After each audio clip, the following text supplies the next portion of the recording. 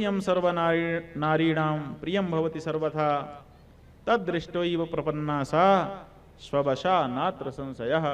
ये जो स्त्रियां होती हैं, युवतियां, इनकी आंखों में और कुछ नहीं दिखता है, केवल सौंदर्य दिखता है।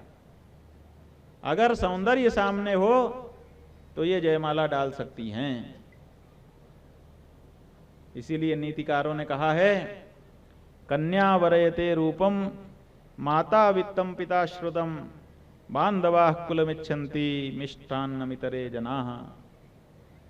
विवाह जब किसी का होता है तो उसमें कौन क्या देखता है, तो बताया कि कन्या वरयते रूपम, कन्या और कुछ नहीं देख पाती है, वो केवल वर का चेहरा मोहरा देखती है।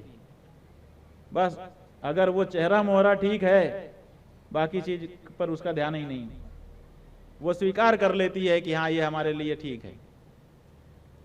कन्या की जो माता होती है उसको इससे लेना देना नहीं होता है, क्योंकि वो गृहस्थी चला चुकी होती है। उसको पता हो जाता है कि विवाह के बाद गृहस्थी चलानी पड़ती है, और गृहस्थी चलाने के लिए धन की जरूरत होती है।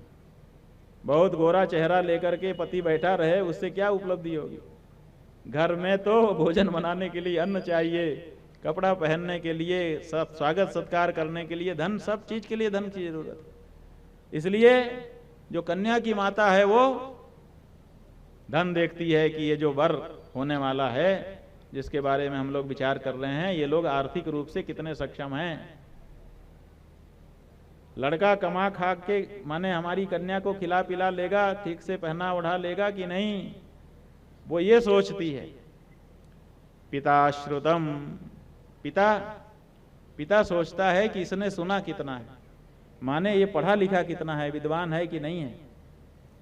क्योंकि धन अगर होगा तो धन तो आता है चला जाता है, आएगा चला जाएगा, लेकिन अगर विद्वान होगा तो फिर से कमा लेगा।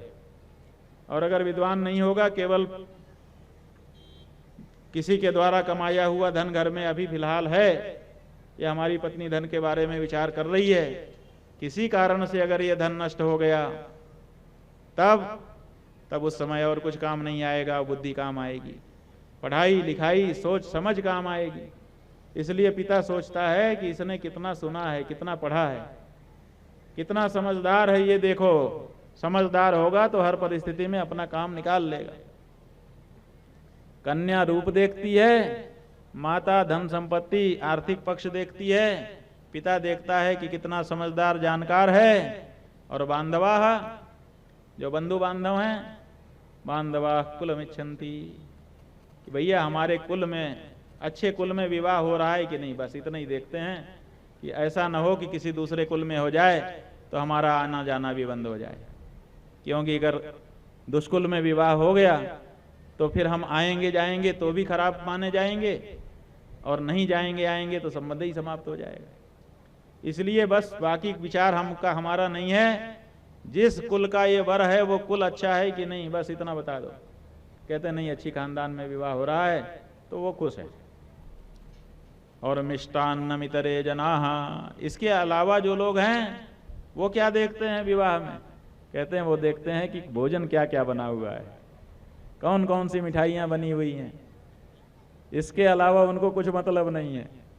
जब द्वार चार हो गया उसके बाद भोजन करना है और उसी की प्रशंसा करते हुए घर चले जाना है, कहीं कुछ नहीं।